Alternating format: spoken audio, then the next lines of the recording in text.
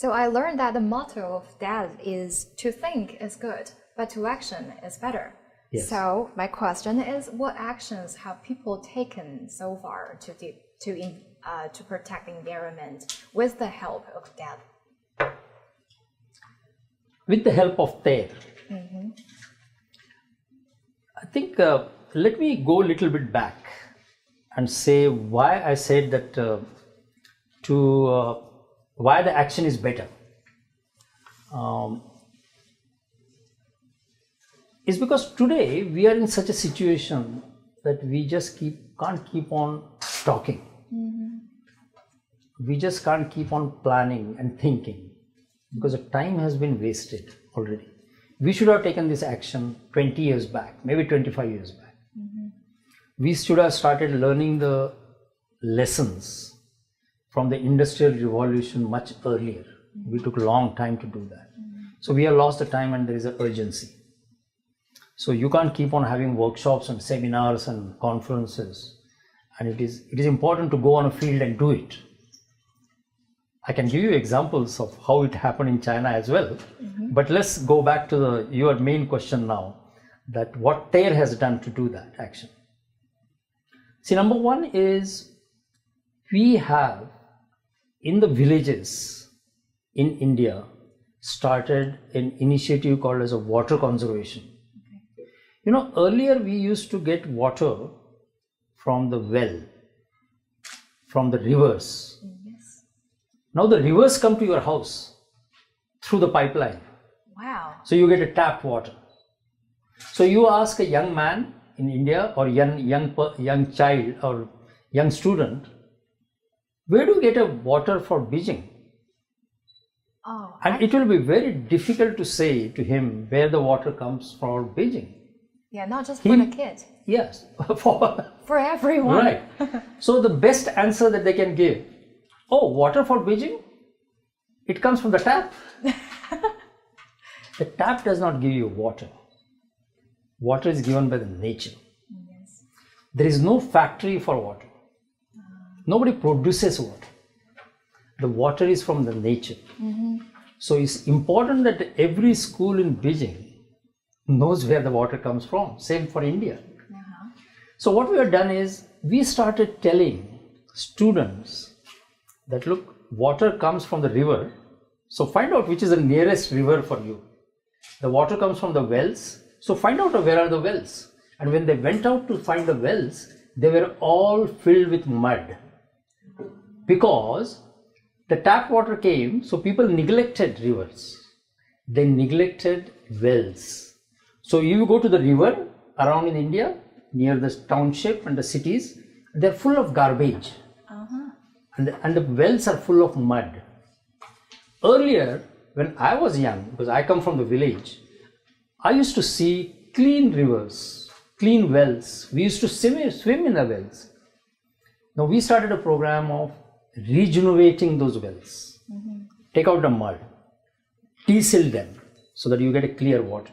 Start cleaning the rivers so that rivers can flow with a nice water. And we all enjoy. And then we start saying that this is our gift given by the nature. And we know real value of water. So we started a program of cleaning the river, cleaning the water, cleaning the well, and removing the plastic garbage from the river banks and all that. And it's a good program. It is a good program. It has not solved the issue of understanding where the water comes from, but at least it has started. That is one example. The other example is we have started in the schools what is called as start environmental protection activities within your campus. You know, in English they say charity begins at home. What it means is if you want to give somebody a money, you can't keep on telling, give him a money, he's a poor man, give him a money. You start from yourself, you start giving him money. So the charity, which is giving some kind of offering to the poor people, that begins at home. You start it yourself. So similarly, we are telling students that don't wait for your graduation. Don't wait for your post-graduation. Start taking action within your campus when you are studying it. When you are studying, start the environmental protection activities around you. And that gave a smart campus project.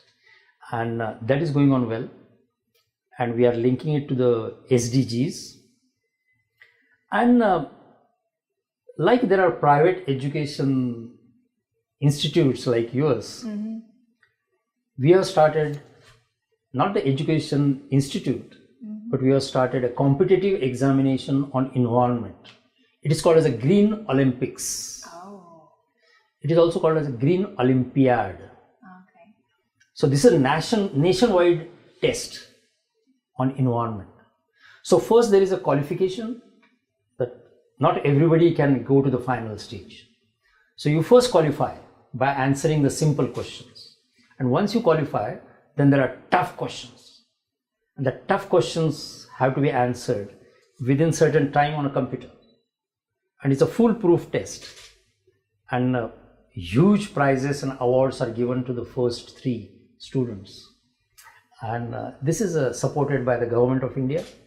So this is another one of creating awareness at the education level. So these are the kind of examples that we think that we are contributing to the environmental protection and sustainable development. It seems you're doing a lot of things, a lot of challenges actually. That's true. But we have good partners. So it's not only Rajendra Shende who keeps on doing it. There are good team around. There are good partners, and that is one of the goals of sustainable development. It says that sustainable development cannot be achieved by a single entity. It has to be done in a collective mechanism.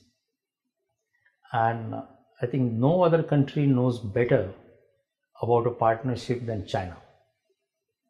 Because in China, your agriculture is a cooperative, right? Right. It has come from the days of Chairman Mao.